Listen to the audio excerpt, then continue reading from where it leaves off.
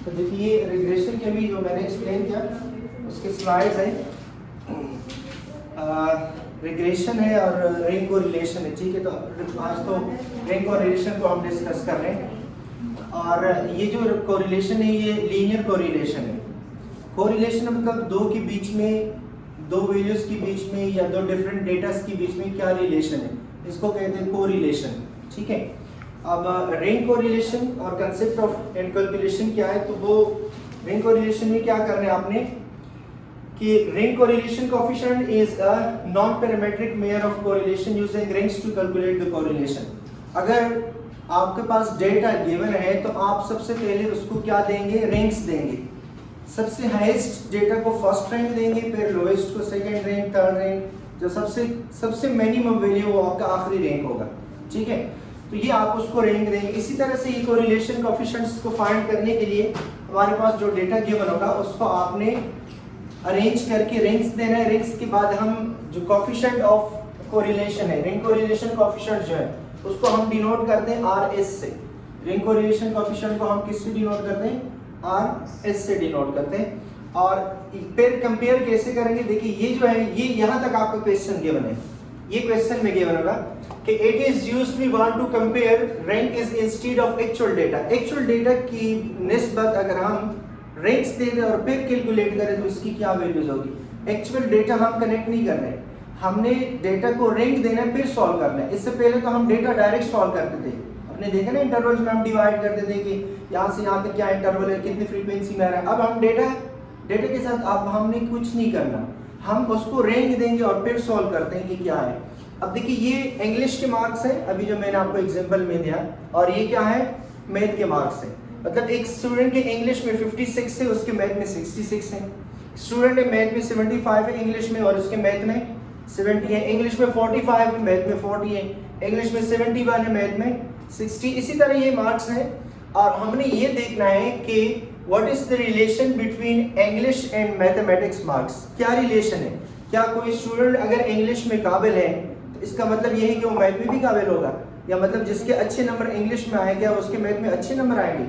हमारे ये क्वेश्चन है। तो इसके लिए हम क्या फाइंड करेंगे, RS फाइंड करेंगे, जो अभी मैंने एक्सप्लेन किया था। और RS क्या है, रिंग्स कोरिलेशन कोएफिशिएंट, ये फाइंड करेंगे RS।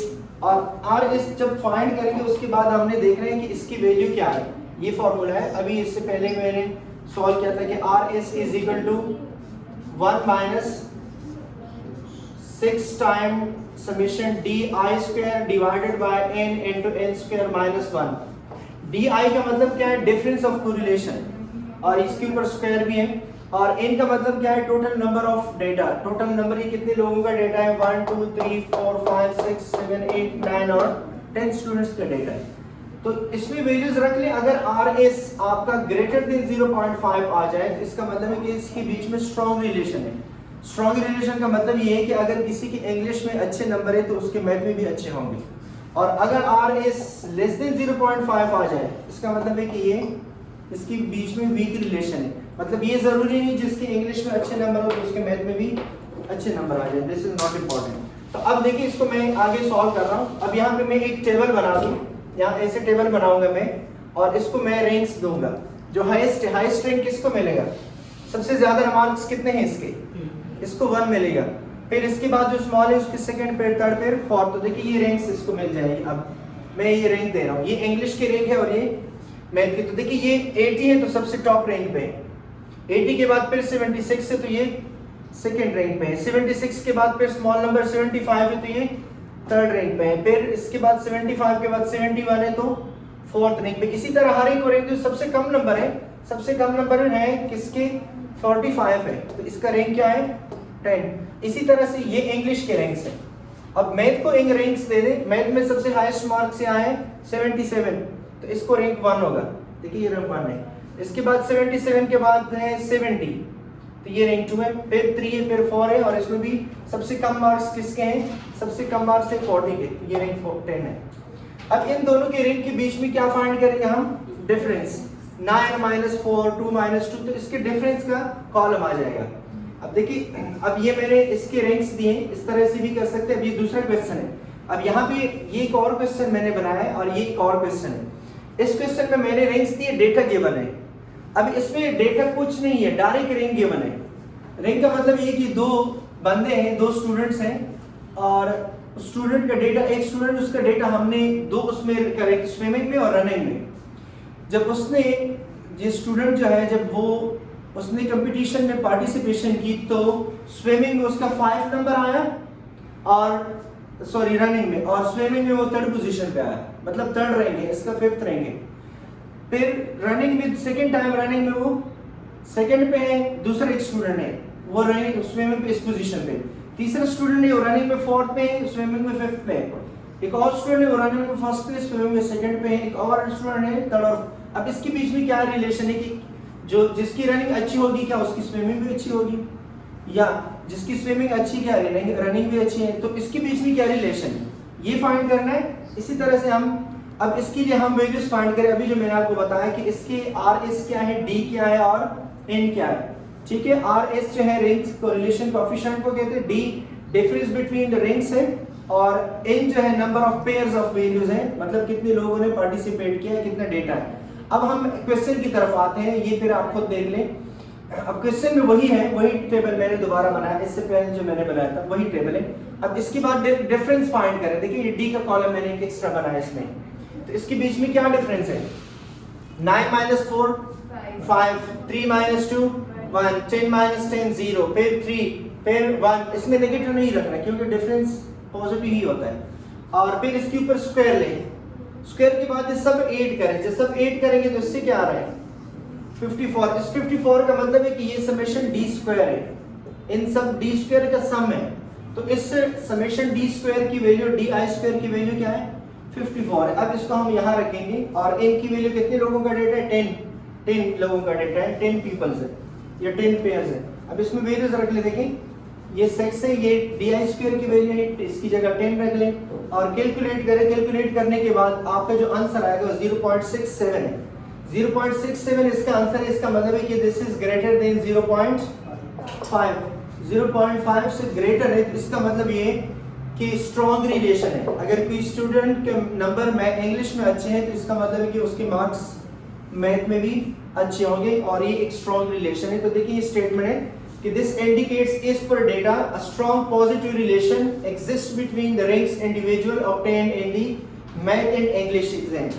और फिर ये that is the higher you rank in math the higher you rank in English, मतलब जितने अच्छे मार्क्स आप इंग्लिश में लेंगे उतने अच्छे मार्क्स आपके मैथ में भी आएंगे। तो ये आपका लास्ट में डिसीजन है, और ये डिसीजन लेना रैंक कोरिलेशन के बगैर बिल्कुल डिफिकल्ट है। आपको क्या अंदाजा कि जब स्टूडेंट के इस मार्क्स से दूसरे में ये तो क्या है, उसके क्या रिलेशन है बीच में।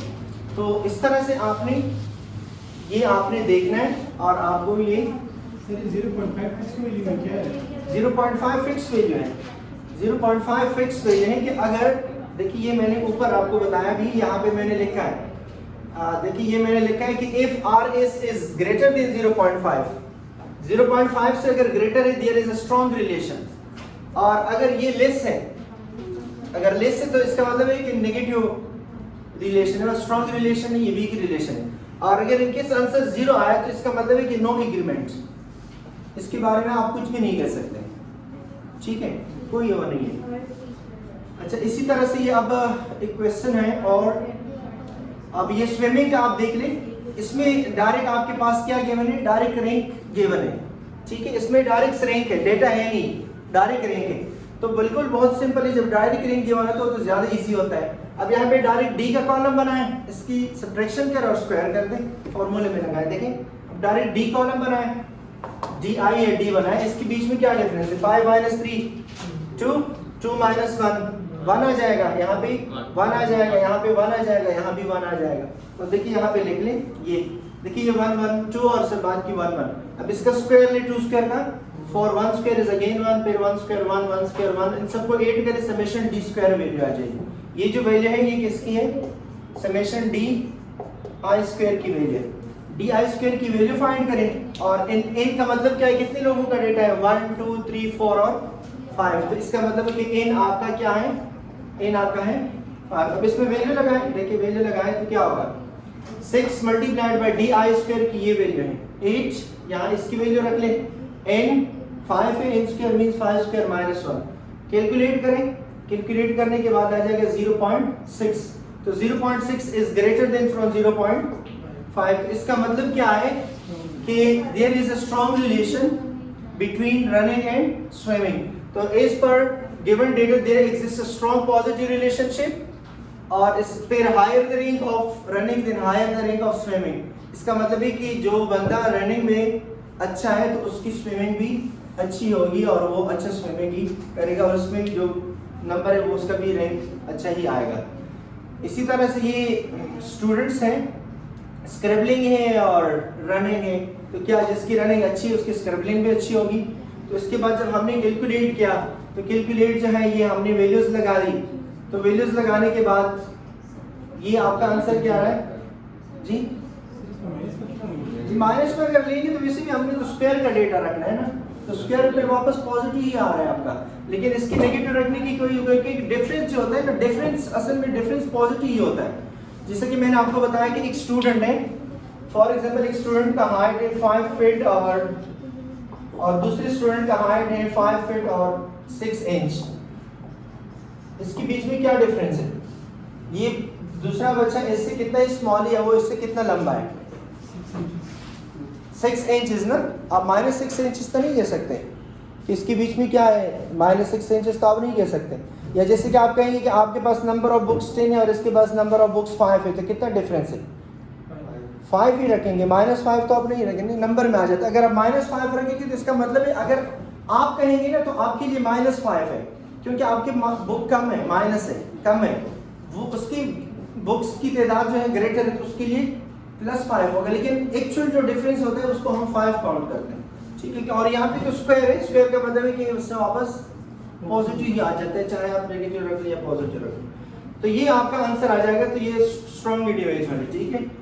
इसी तरह से बाकी भी वैल्यूज हैं, ये कि सिगरेट नोशी वाले जो है या सिगरेट कंपनीज वाले जो है, इन्होंने तार रखा है सिगरेट में और निकोटीन है, तो क्या अगर तार की तादाद ज़्यादा है तो उसमें निकोटीन भी ज़्यादा होगी, या अगर निकोटीन ज़्यादा है तो क्या तार की तादाद ज़्यादा है, क्या है इसके बीच में क्या रिलेशन है?